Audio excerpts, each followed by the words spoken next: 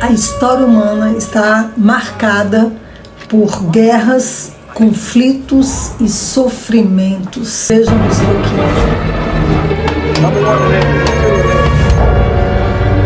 O crescente conflito entre Israel e Irã levanta várias questões críticas sobre o futuro da segurança global.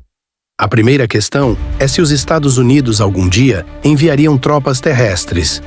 Historicamente, grandes mudanças de regime em países de grande porte exigiram presença militar direta no terreno. Analistas debatem se os Estados Unidos estariam dispostos a mobilizar centenas de milhares ou até milhões de soldados para derrubar o governo iraniano. Por enquanto, essa questão permanece sem resposta. A segunda questão envolve as armas nucleares. Em um cenário no qual um dos lados enfrente a derrota, as armas nucleares seriam usadas como último recurso? A simples possibilidade levanta temores de uma escalada catastrófica. Outra grande preocupação é quem mais poderia se envolver no conflito. Potências europeias como Alemanha, França e Reino Unido já discutiram um envolvimento mais profundo na crise. Caso isso aconteça, poderia desencadear uma reação geopolítica mais ampla. Rússia e China poderiam optar por apoiar o Irã, transformando um conflito regional em um confronto global muito maior. Para compreender essas dinâmicas, analistas frequentemente recorrem à teoria dos jogos, examinando como diferentes decisões estratégicas podem moldar o resultado do conflito. Em todo o Oriente Médio, os Estados Unidos mantêm uma rede de bases militares. Muitas dessas bases foram originalmente estabelecidas durante a Guerra Fria, em parte para apoiar governos aliados e manter influência estratégica na região. Mas a própria Guerra Fria foi definida por um conceito conhecido como destruição mútua assegurada, MAD.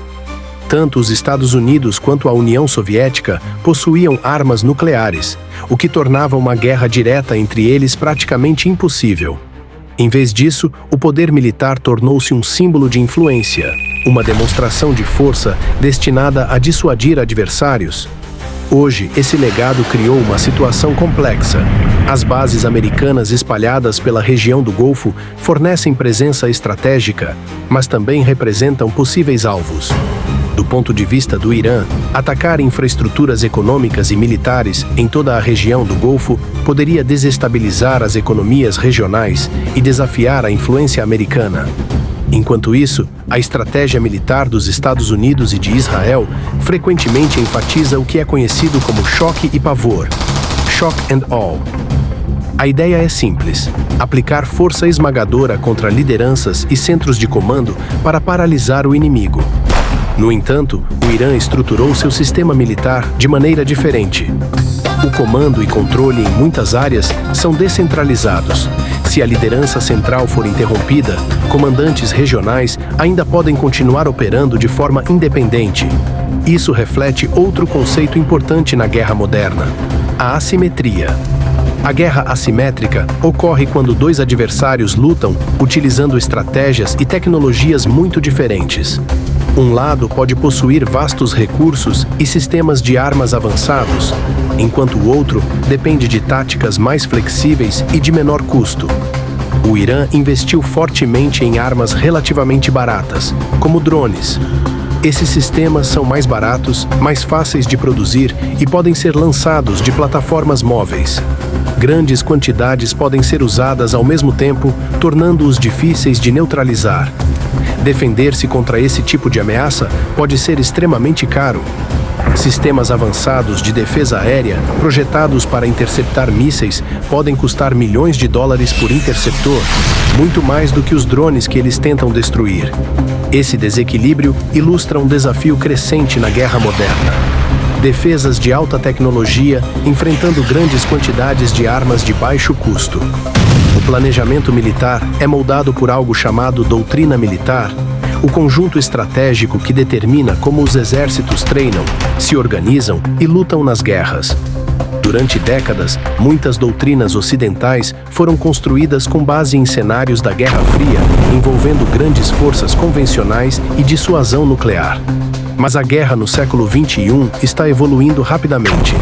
Drones, estruturas de comando descentralizadas e táticas assimétricas estão remodelando os campos de batalha em todo o mundo. O que emerge é um quadro complexo e incerto. Conflitos regionais agora têm o potencial de envolver potências globais, enquanto novas tecnologias desafiam as estratégias militares tradicionais. Em um mundo onde poder, percepção e estratégia se cruzam, a questão já não é apenas quem é mais forte, mas quem consegue se adaptar mais rápido à natureza em transformação da guerra.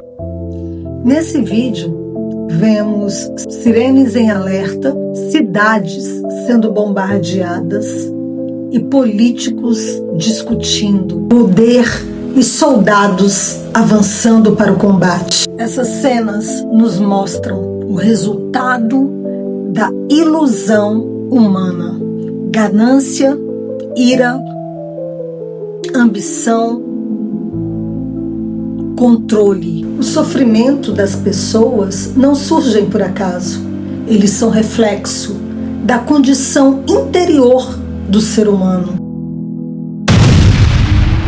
Quando a mente das pessoas estão dominadas pela ira, pelo medo e pelo desejo de dominar os outros, a sociedade inevitavelmente entra em conflito, entra em guerra.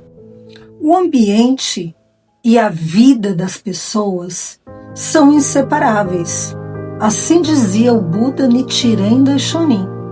Então, quando a vida das pessoas está em desarmonia com a lei mística, quando a vida das pessoas está totalmente fora das causas positivas com a lei mística, infalivelmente a sociedade entra em declínio, surgem as guerras, surgem os conflitos sociais, surgem as turbulências, como, por exemplo, estas que estamos vendo entre os Estados Unidos e o Irã.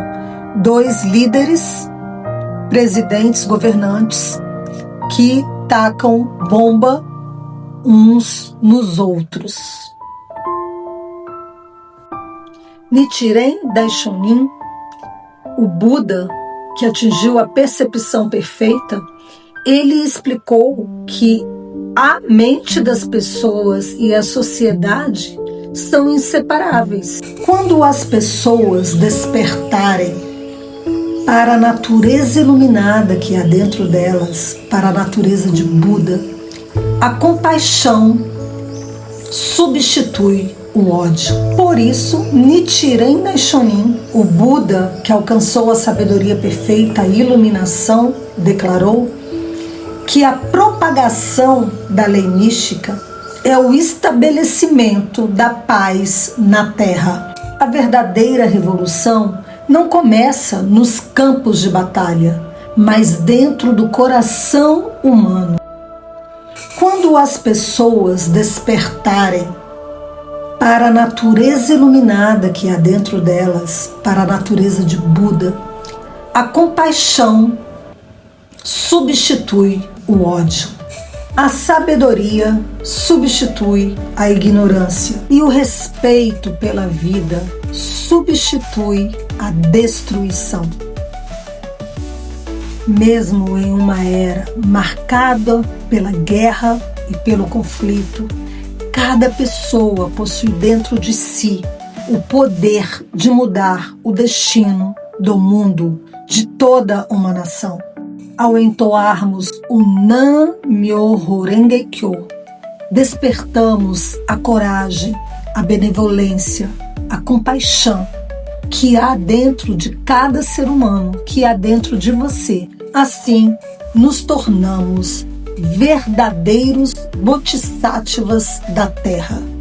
Pessoas que nasceram neste mundo para conduzir os seres a alcançarem a iluminação, a natureza de Buda iluminada que há dentro deles, para que possamos então conseguir a pacificação da Terra.